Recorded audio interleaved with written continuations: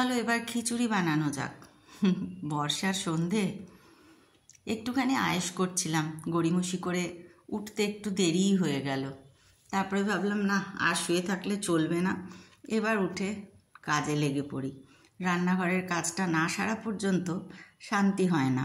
তারপরে মাঝে মাঝেই কারেন্ট চলে যাচ্ছে, কিন্তু কারেন্ট চলে গেলেও এই বাড়িতে ইনভার্টার আছে, তাই জন্যে খুব একটা কিছু বুঝতে পারছি না। ডিমগুলো বার করলাম, খিচুড়ি আর অমলেট এই আজকে হবে। খুব সামান্যই আয়োজন। আসলে রাত্রিটা এত সুন্দর লাগছে যে বেশি কিছু রান্নাঘরে করে আটকে থেকে সময় নষ্ট করতে ভালো লাগছে না। মনে হচ্ছে একটু বারান্দায় যাই, বসি। আর চালে ডালে বসিয়ে দিয়েছি। দেখো সেই জায়গাটা, যেই জায়গাটা বলেছিলাম তোমাদের দেখাবো। এই হচ্ছে আমার রান্নাঘরের জানলা।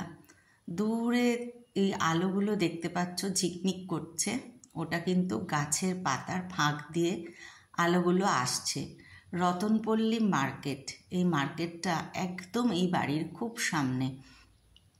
সেখান থেকে যে আলোগুলো আসছে সেই আলোগুলোই আমি রান্নাঘরের জানলা দিয়ে দেখতে পাচ্ছি। একটা অসাধারণ সৌন্দর্য, মনে হচ্ছে কত দূরে আছি, আর চারপাশটা এরকম ঘন অরণ্য। সকালবেলায় কিন্তু দেখলে এইটা খুব অবাক লাগবে, মনে হবে এত কাছে এই গাছগুলো। তো যাই হোক, আপাতত কিন্তু খুব দৃষ্টিনন্দন, মানে এক দৃষ্টে তাকিয়ে থাকলে মনটা যেন কোথায় ভেসে যায়।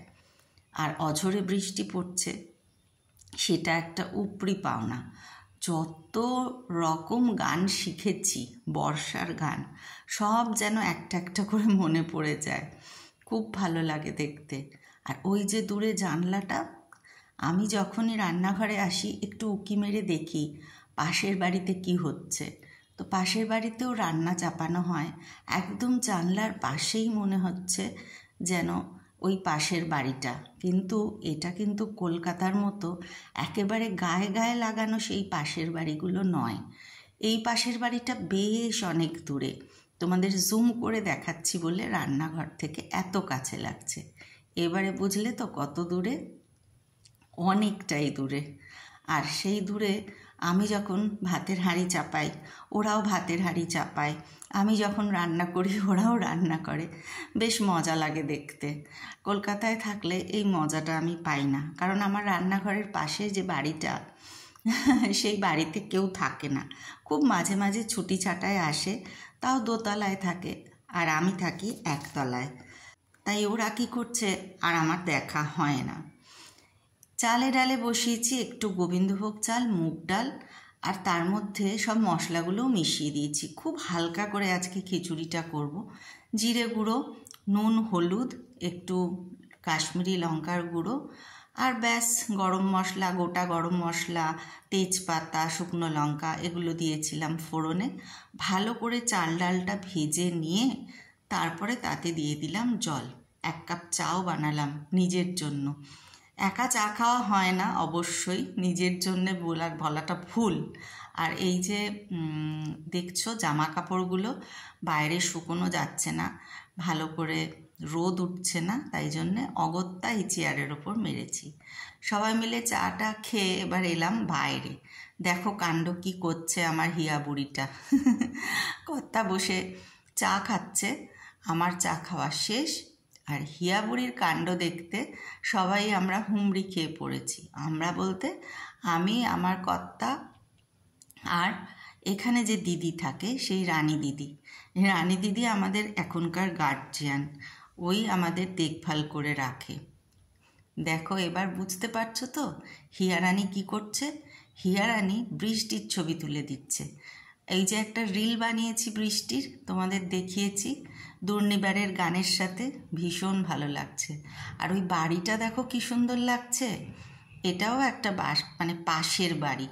রান্নাঘরের পাশে যে বাড়িটা সেটা না, এটা আমাদের এই পাশের বাড়িটা। বিদ্যুৎ চমকাচ্ছে, ঝরঝর করে বৃষ্টি পড়ছে, আর তার মধ্যে এসে দাঁড়ালো একটা গাড়ি। বন জঙ্গলের মধ্যে এই গাড়িটা দেখে কীরকম একটা অদ্ভুত লাগছে। পরিবেশটা যেমন অপূর্ব তেমনই রোম্যান্টিক, আবার কিছুটা ভৌতিকও মনে হচ্ছে, কারণ পাশের বাড়িতে কোনো লোকজন থাকে না। ওই বাড়িটার দিকে তাকালে কীরকম যেন সন্ধেবেলায় গাটা ছমছম করে ওঠে। আমার রান্নাঘরে খিচুড়ি প্রায় শেষ। এই খিচুড়ির সাথে ভেবেছিলাম বানাবো পাঁপড় ভাজা, কিন্তু পাঁপড় ভাজা ভাজতে গিয়ে দেখি পাঁপড় শেষ। পাশেই দোকান, কিন্তু এখন আর যেতে ইচ্ছে করছে না। তাই সামান্য একটু ঘি আর নামানোর আগে একটু কাঁচা লঙ্কা দিয়ে দিলাম। এর সাথে করব অমলেট। আর কি চাই, বৃষ্টির রাতে এর বেশি কিছু লাগে না। তার সাথে জমিয়ে দেখব একটা সিনেমা। আমি, আমার কর্তা আর মেয়ে তিনজনে বসে এই অবসরের দিনগুলোতে এই সিনেমা দেখতে খুব ভালোবাসি। সন্ধে বা রাত্রির ঘনিয়ে আসলেই মনে হয় কখন গিয়ে ল্যাপটপের সামনে বসবো আর হিয়া আমাদের একটা সিনেমা দেখাবে, বেশিরভাগই বাংলা সিনেমা। তাই ডিনারটা তাড়াতাড়ি কমপ্লিট করে নেব, করে নিয়ে চলে যাব সিনেমা দেখতে আমাদের বেডরুমে। তারপরে একসাথে তিনজনে বসে যতক্ষণ না ঘুমটা জমিয়ে আসছে, ওই একটু মজা করা, একসাথে থাকা। কর্তা বসে আছে ডিনারের অপেক্ষায়। টাটা।